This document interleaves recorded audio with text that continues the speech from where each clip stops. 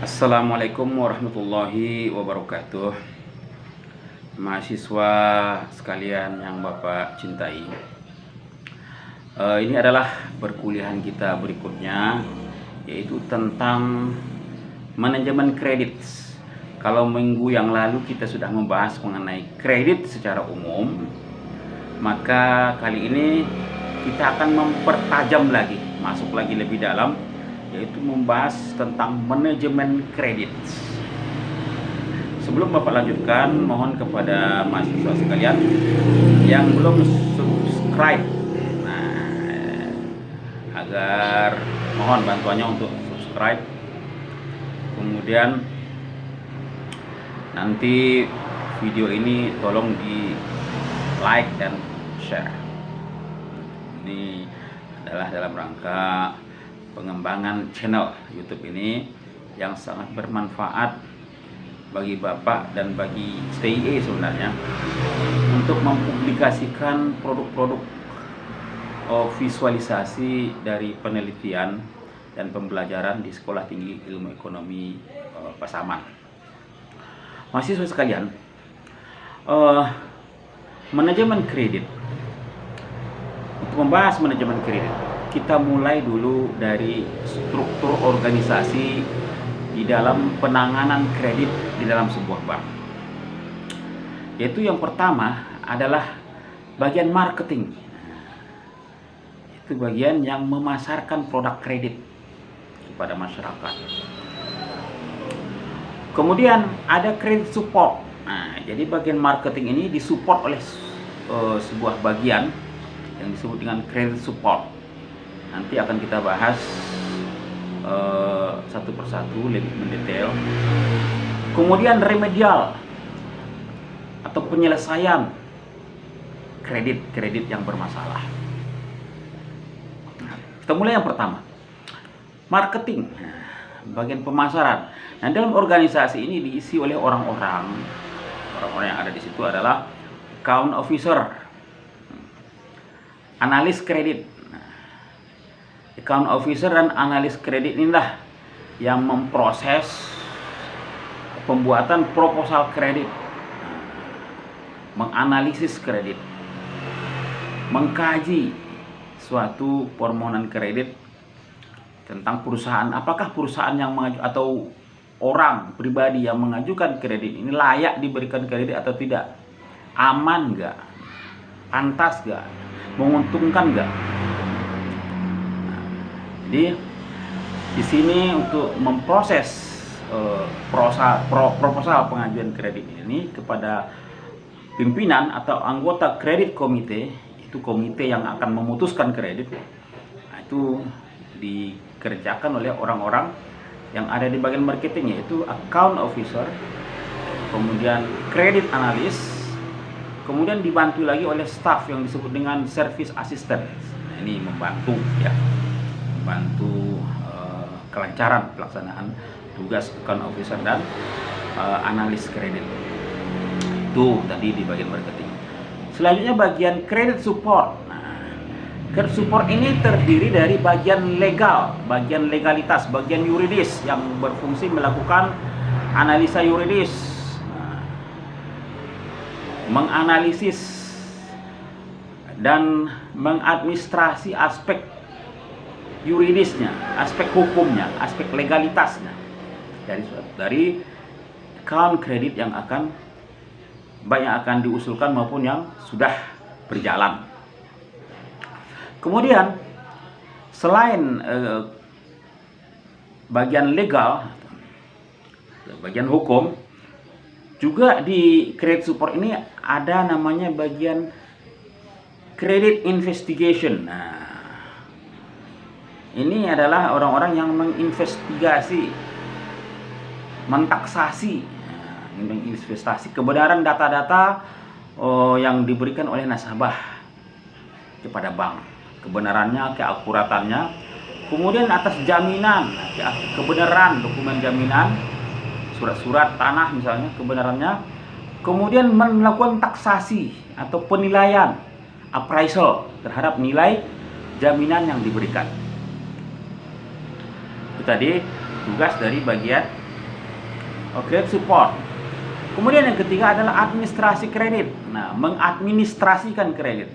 Nah, kredit yang berjalan itu dilakukan pencatatan, pengarsipan, ya, monitoring. Nah, ini dilakukan oleh bagian administrasi kredit yang berada di credit support. Kemudian yang ketiga adalah remedial. Remedial ini adalah kredit perbankan tidak semuanya sehat. Ada kalanya macet. Macet banyak sekali faktornya penyebabnya. Bisa pertumbuhan ekonomi, pertumbuhan sektor bisnis di sektor yang digeluti oleh nasabah, dan faktor-faktor pribadi individual daripada pemiliknya atau nasabahnya sendiri.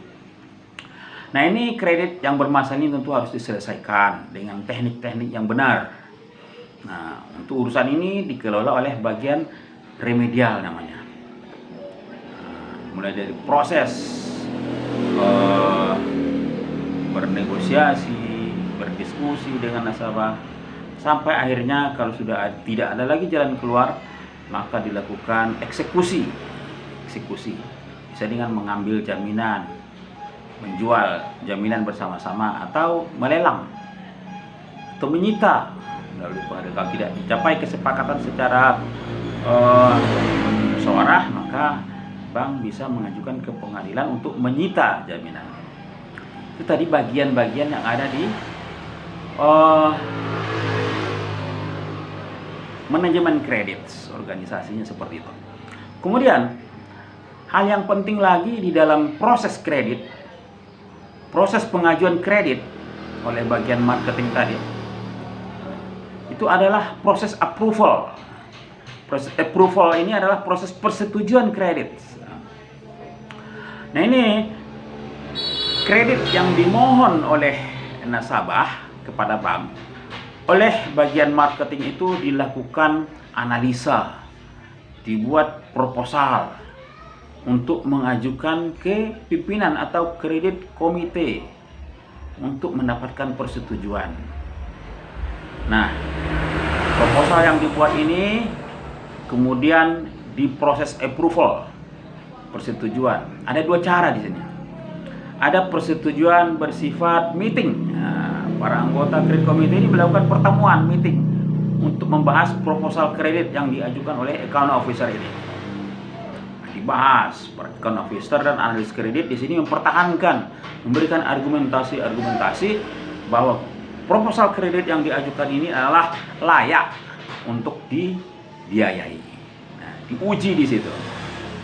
Makanya anggota kredit komite ini adalah orang-orang yang sangat berkompeten di bidang perkreditan. Mereka bisa menilai dengan tepat sehingga kredit yang akan disalurkan nantinya akan senantiasa sehat dan tidak bermasalah di kemudian hari. Kemudian cara yang kedua adalah bisa melalui circulate, disirkulasi saja proposal itu. Nah, ini anggota kredit komite ini kan berjenjang nih. Jenjang pertama, kedua, ketiga, dan seterusnya. Nah, level bawah, level menengah, atas. Nah, tentu proposal ini pertama kali maju dulu ke meja anggota kredit komite yang paling bawah, kepala cabang biasanya itu. Kemudian naik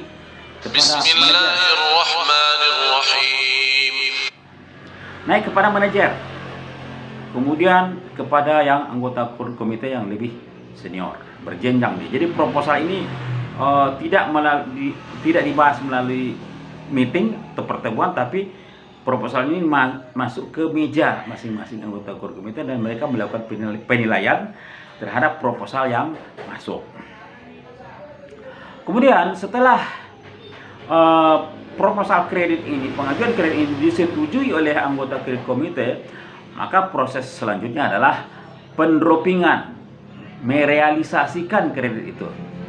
Itu kredit itu direalisasikan sehingga nasabah bisa memanfaatkannya. Nah, sebelum di dropping atau dimasukkan ke rekening nasabah dana sesuai dengan kredit yang diminta adalah maka dilakukan pengikatan secara notarial atau secara internal saja. Secara notarial tentu di depan notaris, dikukuhkan di situ. Dilakukan pengikatan di depan notaris. Perjanjian kredit yang dikukuhkan di depan notaris. Kemudian cara yang kedua adalah hanya pengikatan secara internal saja, di bawah tangan. Nah, itu biasanya hanya perjanjian kredit itu hanya ditandatangani di atas materai. Nah, ini kenapa ada yang harus di depan notaris pengikatannya, dan ada juga yang bisa pengikatan secara internal. Ini biasanya dikaitkan dengan risiko kredit. Nah, yang terkait juga dengan jumlah atau besarnya kredit. Semakin besar kredit yang disalurkan, tentu resikonya semakin besar. Maka perlu dilakukan pengikatan di depan notaris. Kalau kreditnya kecil dan resikonya juga kecil, misalkan kredit karyawan misalnya, kredit konsumen misalnya, itu cukup pengikatan secara internal di atas materai saja. Nah, karena apa? Karena kalau pengikatan di depan notaris tentu biayanya lebih mahal. Nah, kalau kreditnya kecil dan risikonya kecil juga kecil, maka tentu tidak perlu menghambur-hamburkan uang untuk melakukan pengikatan itu. Itulah kira-kira latar belakang kenapa ada pengikatan kredit secara notarial dan pengikatan kredit secara internal. Mahasiswa sekalian,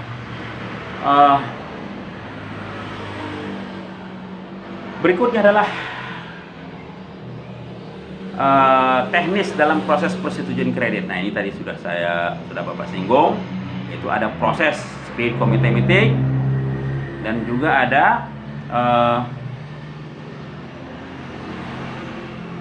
proses sirkulasi. Bapak tadi sudah jelaskan ya. Nah, dijelaskan tadi. Kemudian kredit yang sudah disalurkan, sudah di dropping, sudah direalisir, maka perlu diadministrasikan, dicatat, dimonitor perkembangannya. Nah, tugas ini dilakukan di bagian administrasi kredit. Administrasi kreditlah yang mencatat perkembangan pelaksanaan perjalanan kredit ini, memonitor dari waktu ke waktu. Jadi ada dua tadi ya. Prosesnya setelah mendapatkan persetujuan kredit, yaitu pertama adalah pengikatan kredit, pengikatan perjanjian kredit.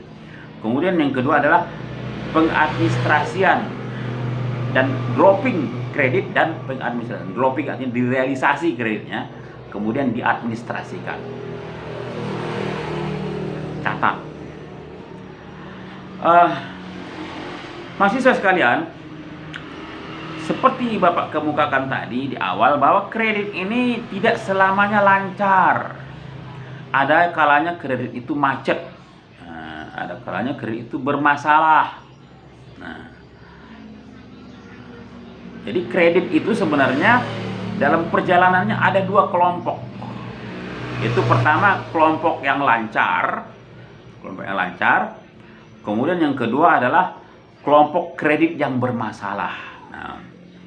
Nah, kalau kredit yang lancar, pengelolaannya cukup dilakukan di bagian administrasi kredit dan oleh account officer sendiri.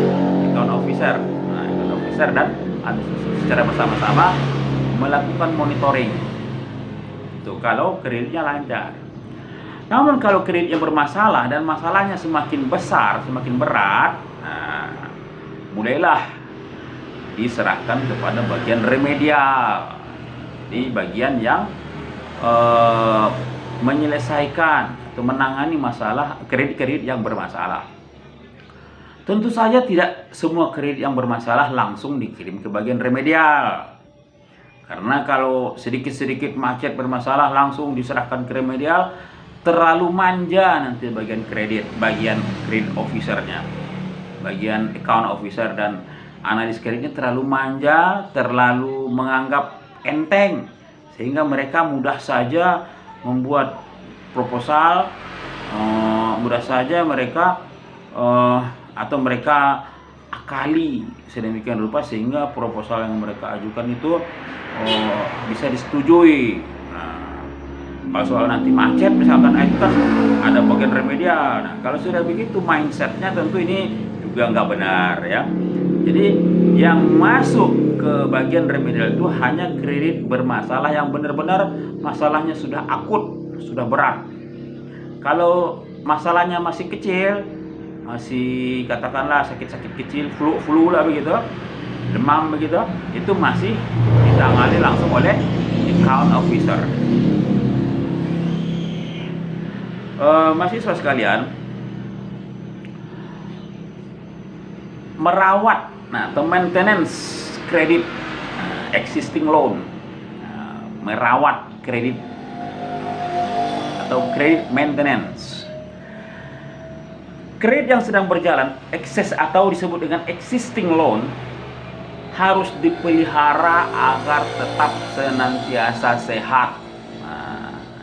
Diantisipasi kalau ada mulai muncul gejala masalah, diantisipasi. Kemungkinan macet itu dari awal diantisipasi. Kalau ada keterlambatan pembayaran, cepat-cepat dihubungi nasabahnya. Kok terlambat? Nah, maka perlu dilakukan kegiatan namanya site visit. Perlu sering-sering juga nasabah ini dikunjungi, dilihat on the spot, dilihat keadaan nasabahnya. Jangan sampai kredit sudah disalurkan kemudian nggak tahu menau lagi, dibiarkan saja. Ini yang mendorong terjadinya kredit bermasalah. Jadi kredit yang sudah disalurkan itu perlu di maintenance, perlu sering-sering dilakukan site visit atau on the spot, mengunjungi langsung nasabahnya. Apalagi ada gejala bermasalah, itu cepat-cepat dikontak nasabahnya, ditanyakan kenapa terjadi begini begitu dan segala macam. Oleh karena itu, account officer harus membina hubungan baik dengan nasabahnya, harus ada ikatan hubungan komunikasi yang baik, saling itikat baik antara account officer dengan para nasabah.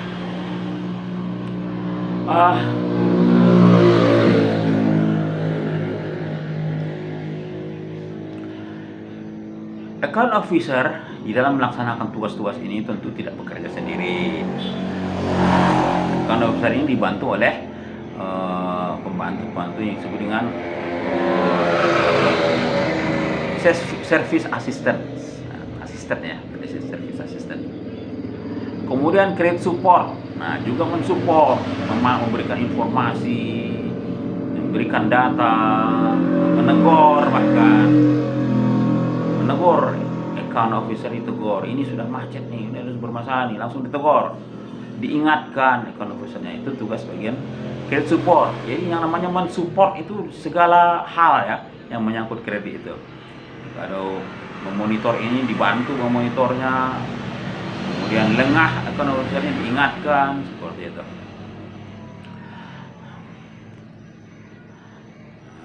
Mahasiswa sekalian, itu tadi tentang merawat kredit itu existing loan maintenance. Mahasiswa sekalian, terakhir adalah penanganan kredit bermasalah. Nah, tadi sudah disampaikan bahwa penanganan kredit bermasalah itu ada pada bagian remedial. Kalau masalahnya sudah berat. Nah, kalau masih ringan seperti Bapak sampaikan tadi, masih ditangani oleh account officer. Bunga agak tersendat, cicilannya terlambat. Nah, mungkin saja terjadi mismatch, kesalahan atau kesalahan di dalam cash flow nasabah, salah mengatur cash flow. Atau likuiditas nasabah kurang termanage dengan baik sehingga mereka pada saat mereka harus membayar cicilan hutangnya, dananya tidak tersedia. Nah, ini bisa juga karena mismanagement, bukan karena ketidakmampuan atau kelalaian, tapi karena sifatnya permasalahan pada cash flow. Nah, oleh karena itu account officer juga harus membantu nasabahnya untuk mengelola cash flow dengan baik. mengelola likuiditas dengan baik, sehingga kredit-kredit, kewajiban-kewajiban kredit terhadap bank itu tidak akan bermasalah, mengalami masalah. Kemudian ada semacam prinsip ya di dalam penyaluran kredit, ada semacam prinsip. Nah, ini yang harus menjadi budaya ya, menjadi sebuah nilai, menjadi semacam kaidah ya dalam penyaluran kredit, yaitu berani memberikan kredit, harus sanggup menagih kembali. Nah, berani menyalurkan kredit, harus sanggup menagih kembali. Nah, ini prinsip yang harus tertanam di dalam diri account officer. Jadi dia berani menyalurkan kredit, dia juga harus berpikir bahwa dia suatu saat akan sanggup menagih kembali kredit itu hingga lunas. Nah, dengan prinsip seperti ini, maka account officer tidak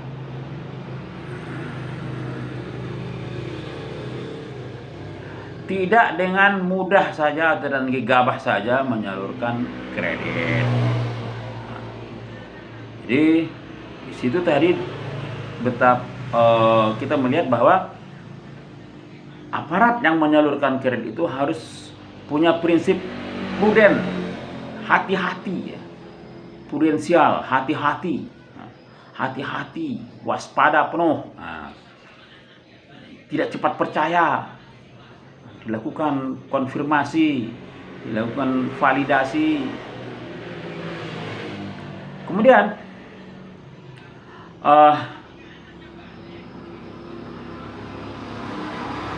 account officer, nah, mungkin sering juga kita dengar bahwa account officer ini melakukan kong kaling kong dengan nasabah.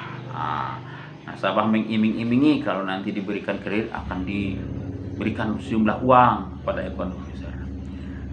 Dulu hal ini sering terjadi, karena dulu itu kan pengontrolan administrasi perbankan itu kan masih banyak yang manual ya, belum mudah terdeteksi, sehingga itu banyak terjadi. Nah, hal ini maka tidak jarang karyawan perbankan di staf kredit ini, bagian kredit ini, yang berakhir pada masuk penjara, hal yang biasa. Makanya di sini perlu integritas pribadi yang kuat.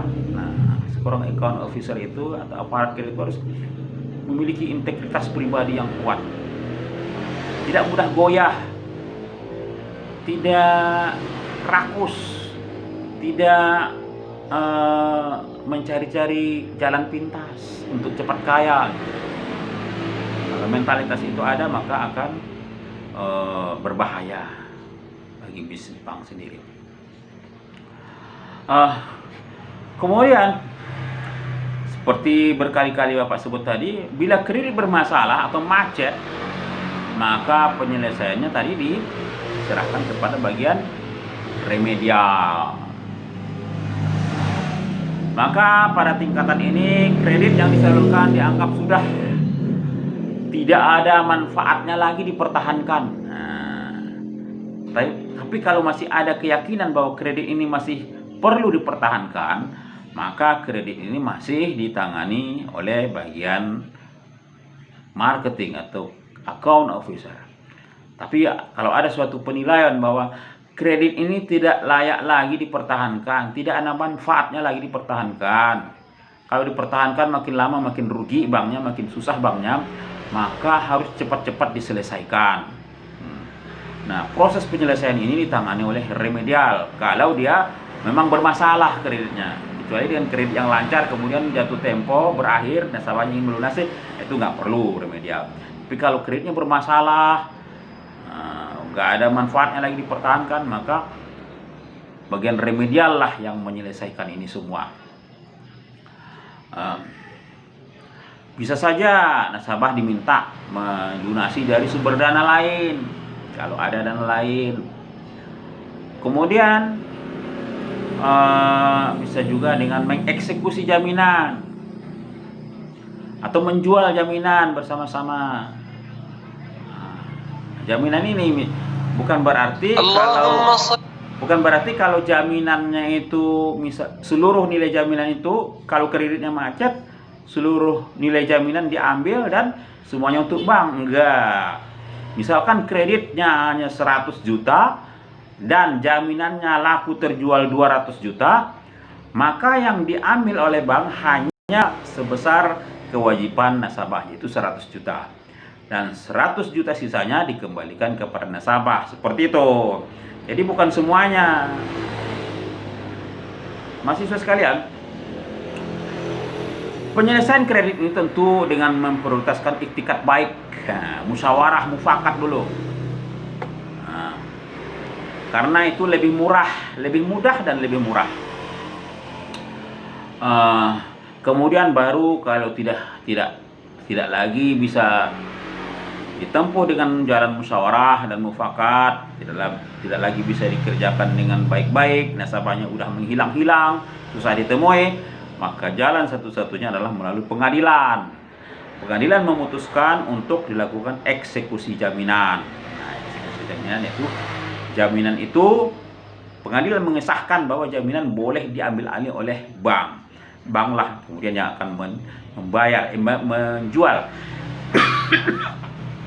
menjual jaminan ini, kemudian dananya digunakan untuk melunasi kredit. Dan sebagaimana Bapak sebut tadi, kalau ada sisanya dikembalikan kepada nasabah. Bukan berarti seluruhnya diambil oleh bank.